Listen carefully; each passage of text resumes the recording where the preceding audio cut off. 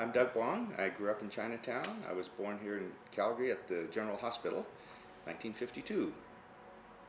So you grew up in Chinatown and your family owned a business here. Yes, we had the WK restaurant, and we lived in this place. Well, it still exists right across the street. It's the You and Me restaurant right now, but there was a fourplex there, and In this photo. That's right. That Carol and Jasmine used to live in. That's one right. half of the building. Yeah, so we were on the south half, and in 215, 217, and they were on the north half, 211 and 213, and the WK was 209.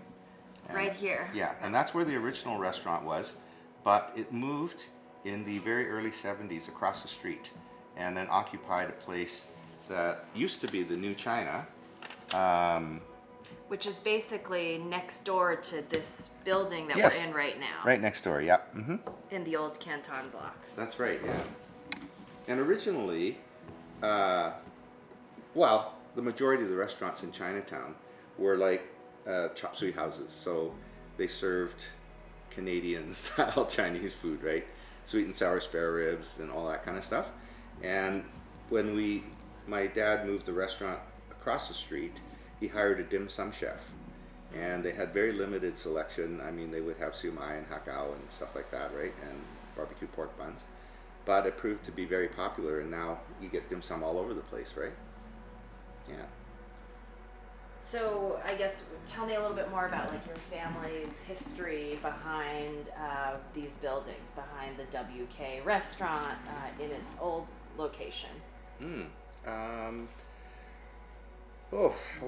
I think my grandfather was the one that set up the restaurant. I'd have to check with my sister Mabel about it. And then my dad. What era are we talking about? Like 50s or I think it was Yeah. the late 40s? I can't remember. Probably that, yeah, because I was born in 52, so it must have been in the 40s. Because, I think Dad was involved in the restaurant at that point in time. You know, as a kid, I always knew it as being our restaurant, and we would have our family meals there rather than at home, because there was a lot more room. Sure. And the kitchen was there and everything, right? So you grew up working in the restaurant? Oh yeah, absolutely, yeah. Busboy, and eventually I ended up delivering Chinese food and waiting in the restaurant and stuff like that. So what about when the restaurant was moved from its old location here and was moved across the street to the Canton block? Oh. What was the restaurant like inside? What was the atmosphere? Well, it was very different from the original WK. The one thing I remember most is it had neon mounted to the ceilings. So they were long strips of neon with giant transformers in the middle. And I'd say, I don't know, maybe they were about at least 8 feet long pieces on either side. So it was quite a stretch, or maybe even longer. And it kind of matched a little bit of what was on the floor, because it was a linoleum. I mean, it was like a dark red on the outside, but it was patterned. And then the center part was more of a beige, green beige color. So in the center there were tables, or how? Oh what was no. Like the layout of that the would place? that would be the pathway that you would walk, and then the tables would be on either side. Yeah. So booths. what was it like being a waiter there? Do you have any interesting stories about anything that happened there? Yeah, sure. There was And the kind of food that was served? Yeah. There was one time, I think we were talking about this before, but dine and dash. I don't know if people still do that these days. I'm sure people still do. Yeah, they do. Yeah. They don't dash, they just sort of saunter out, right? But the restaurant was on the second floor, and there was a double wide stairwell. And back then, they didn't have the safety regulations, so doors could open in or out. And back then, these doors opened in, so they were flush to the actual sidewalk. And then later on, the fire regulations changed, because if people are having to run out of a building, the door should open out. Sure. But in this particular event, which I guess helped us, a bunch of people tried to leave without paying. So basically, they would sit at a table, about half a dozen people, and 5 of them would leave, get the car, have the car running by the front door with the door open. The last guy would come up to the till as if he was going to pay, and then turn around and run down the stairs, out the door, hop in the car, and leave. Well, Unfortunately, the doors didn't open out, right? So my cousin Jimmy, who was a waiter at the same time, came out of the kitchen, saw the guy running, threw a bowl of soup at him, like one of those big ceramic bowls, hot soup, managed to hit him in the back of the head, and the guy fell down the stairs.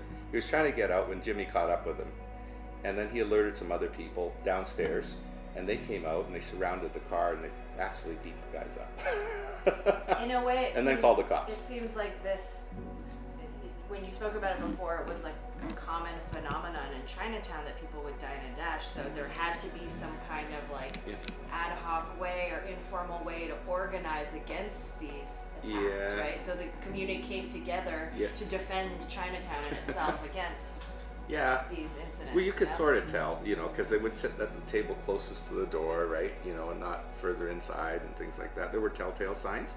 It didn't happen a lot, but it was really funny because, you know, after those guys got beat up the next day, one guy comes back up and he's got his arm in a sling, he's got a black eye and a missing tooth, and he goes, I think I left my jacket here yesterday. Gosh. I can't believe that. That's so crazy.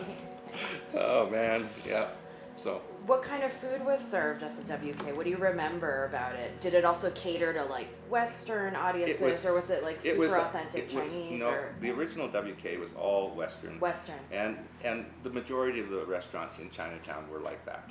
So it was chicken chop suey, chicken chow mein, sweet and sour spare ribs, shrimp, you know, hakyu. I don't know. Oh yeah, the donuts you're talking about. Yeah, they sliced the shrimp in half and then put it in, you know, batter and then deep fry. Yeah, tomato sauce. Yeah.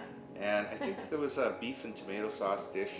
I still have to track down the menus for you, but I will find them for you so that you can see, you know. So, but it's almost like pizza, you know, when you have pizza with shrimp on, pizza with ham on it, pizza with, you know. Yeah. So it'd be like chop suey, it'd be chicken chop suey, beef chop suey. So this is basically the entrance of what used to be New China that was then changed over to the WK. That's right? correct. Yep. And the doors used to be flush right with the here. sidewalk here. I see. And the story I told you about the guy trying to get out, the doors opened in, right? Because you couldn't have it open into the sidewalk. Sure, yeah. And for safety, fire safety afterwards, they had to inset the doors so that they would open out to here. But at the time, that guy got trapped because he couldn't get out, and he got caught. So, well, there were many restaurants in Chinatown. I mean, there was Ling Hoi next door. I think it became the Silver Dragon before the Silver Dragon moved down the street. I can't remember. I think there was KY around the corner. So there were quite a lot of restaurants in Chinatown. Basically, where we are now in this empty, or rather, you know, buildingless parking lot is where the old WK used to be located. Yes, it used to be back about there, and there was a parking lot for cars here. So about half of this was the restaurant, and there was a couple of Chinese associations on the main floor. And of the building? Yes. Oh, I see. On the second floor was the restaurant. Was the restaurant, okay. Yeah. Okay. So now, you can see it's all changed. They're using fluorescent lights for the signs and stuff, but back then it was all neon. All neon. And it was like a mini Las Vegas to a kid. Honestly, when you came out, it was like, wow, you know, chaser lights and everything. So it was like Back to the Future Part 1, and this is like Back to the Future Part 2. So this Canton block, basically there's Calgary Harmony Arts, and the salon used to be New China, and then the new WK that moved over there, correct? That's right. Anyway, you can see the difference between the two buildings. There's a division there. So the Calgary Harmony Arts Association, the entrance there was the entrance to the old New China, and then later on WK. So that was one unit, and then they had the unit above the massage and the unit above the Super M drugs. So it occupied 3 units. I see. How do you feel coming back to Chinatown, and you know, you spent so much of your childhood and your early adulthood, like working in these establishments in this WK that, you know, Yeah. had such a legacy to it. So I'm just curious how you feel coming back and remembering all of these things and seeing the buildings that still, you know, this Yeah. one at least that still exists and this one that's just gone now. Yeah. Well, like Carol and Jasmine said earlier, you know, after the building was destroyed, they didn't come for a while, and neither did I. And I remember coming down late one night for dim sum at You and Me, and getting seated at a table, looking out, and I went, "Hey, wait a minute! This used to be my bedroom." I remember this view. Right over here. Yeah. Yeah. So it's nice to come down here, but it's changed so much. You know, I really like it in the old days. Yeah, it's very different now.